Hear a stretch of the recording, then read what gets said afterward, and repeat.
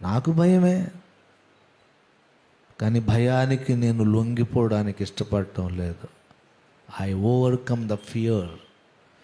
ఎందుకంటే అంతకంటే భయం ఏంటో తెలుసా? రెండవ మరణం ఒకటి. ఇక్కడ నా యేసయ్యను నేను కాదంటే, ఇక్కడ నా యేసుని నేను ఒప్పుకోకపోతే ఎప్పుడో రోజు నేను చనిపోతాను. ఇంకొన్ని రోజులు బ్రతుకుతానేమో లోకంలో. వీడు యేసుని వదిలేశాడు రా, ఎన్ని రోజులకి వెళ్ళకంటారా అని వాడు నన్ను స్పేర్ చేస్తాడేమో.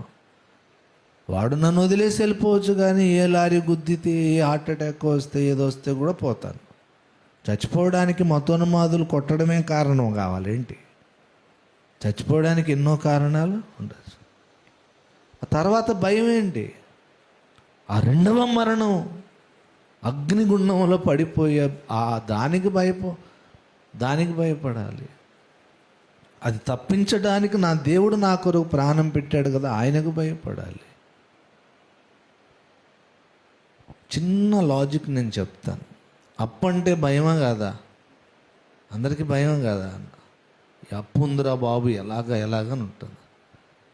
అయితే నీకు 2 అప్పులు ఉన్నాయి. వాడు 100 రూపాయల అప్పు ఉంది, వాడు 1 కోటి రూపాయల అప్పు ఉంది. దేనికి ఎక్కువ భయపడతావు? చెప్పాలి.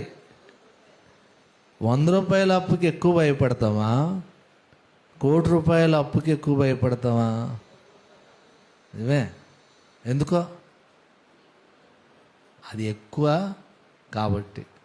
ఎక్కువ ప్రమాదం ఈడు కొట్టడం, ఈడు చంపడం కాదు. ఇది 100 రూపాయల అప్పు లాంటిది. 1 కోటి రూపాయల అప్పు ఏంటో తెలుసా? చచ్చిపోయిన తర్వాత యేసు దేవుడు కాదు, యేసుని నేను ఒప్పుకోను, నేను యేసుని నమ్మటం లేదండి,